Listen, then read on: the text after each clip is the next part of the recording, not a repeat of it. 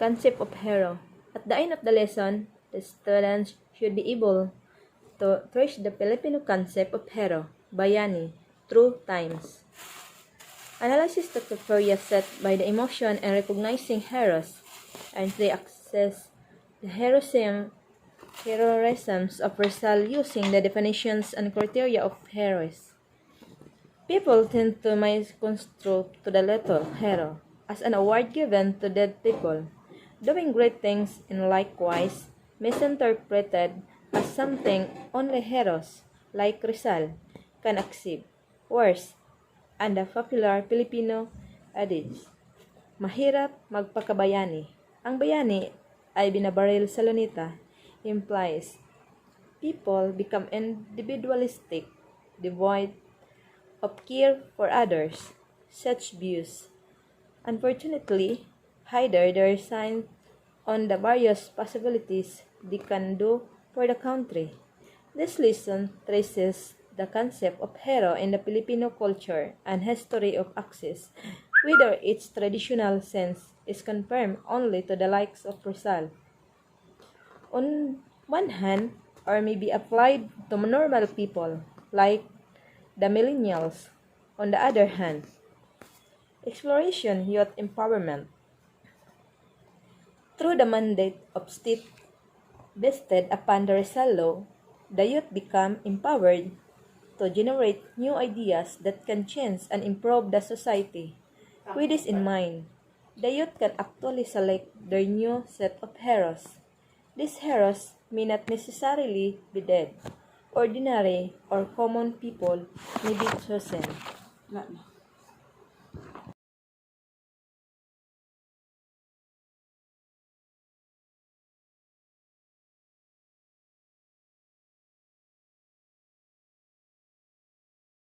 Culture and history. What is hero for Filipinos? Hero is normally defined as an illustrious man, often of divine descent or with distinguished valor or enterprise in danger, and fortitude in suffering, who is supposed to be exalted after death. It says that a hero is defined as a brave person, an individual who fights for people in spite of danger, extraordinary, or best known as superheroes. That's a definition from dictionaries and other sources. But when we talk about the word hero in the Filipino concept, it is much broader, and we Filipinos have many terms for that, like bagani, magani, or wani. They were more like normal warriors in a certain community. Their task is to secure the needs of the people, like their foods and other resources. For example is the pangangayaw, or raiding into an allied territory. According to William Henry Scott, pangangayaw was done because of 4 reasons. First is secure resources, ranging from the occasional used goods or bounty to have human slaves, which means to protect current resources that they have in order to survive. Number 2, to avenge a personal affront or family honor, or to make revenge when someone in your family is being harmed or being hurt by other people. The third is to fulfill mourning requirements, to which the life of enemies must be sacrificed. This is about taking the enemy's lives for the sake of protecting the people. The last is for personal prominence or a mercenary reward. This is about doing pangangayaw in order to be remarkable or to make money from it. And of course, there should be comrades or alliances in order to make it possible. After doing the pangangayaw, the group of bayani returns home, as Zu Salazar said that the bayani is a person who leaves his or her town and then returns. And also, the bayani uses a tattoo to protect their soul, and kris or kampihan, which is their weapon, a putong or headgear, and other red-colored garments as their iconic physical features. Everyone has their own concept of superheroes, and some may think of it as fictional characters that possesses abilities beyond those of ordinary people that save someone who is in danger, and someone idealized for courage with noble qualities. But for Filipinos, it has more elements. So what does it really mean to be a superhero? How can we say that they are qualified to be labeled as superheroes? Being a hero doesn't necessarily mean having a superpowers. It pertains to a passion to help and serve people and thinks only for the goodness of everybody, and also knowing for what is wrong and what is right to help people without expecting for any changes. That's what being a superhero means. Comparing the concept of superheroes before and today, superheroes before sacrifices themselves for the goodness of the lovely country and has the extraordinary courage or bravery that ignores extreme danger. Then today, we became superheroes in a simple way, like saving a child for drowning or saving someone from the fire, like frontliners today who risk their lives to service. Continuation of concept of hero. The characteristics of early Filipino heroes are worth emulating. The Boxer Codex, 1590. An ancient document about the early Philippine societies defines a bayani as a person with a high status and dignity.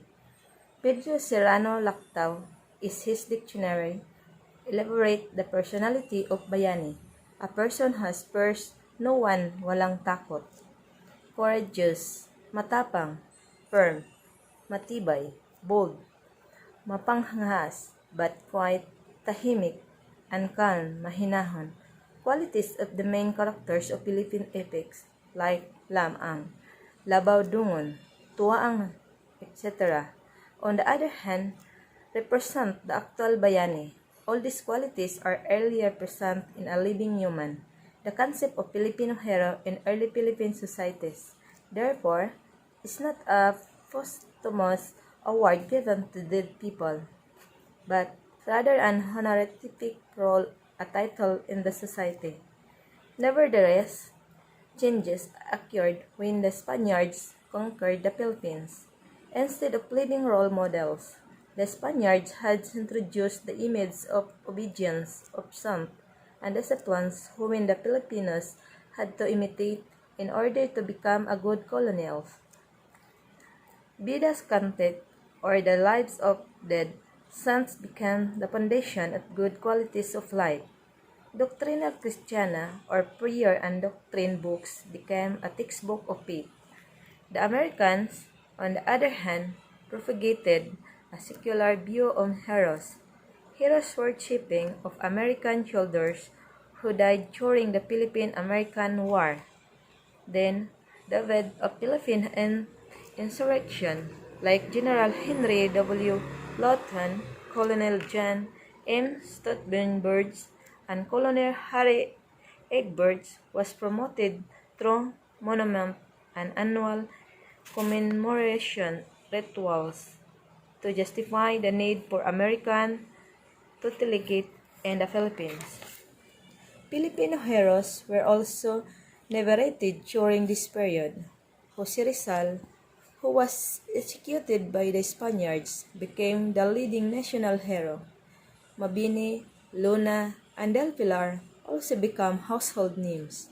The problem to the new approach was that it coincides with the trust of Americans to instill to the minds of Filipinos the American culture.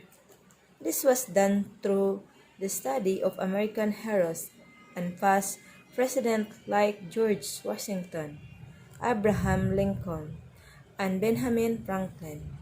A modern-day concept of the indigenous bayani still exists today. The Overseas Filipino Workers, OFW, are considered bagong bayani, new heroes. Their works abroad is said to be a continuation of the culture of pangangayaw. The word namayani, meaning to prevail or triumph, has become well known. The The concept of the Filipino Bayani is embedded in the blueprint of Filipino well-being.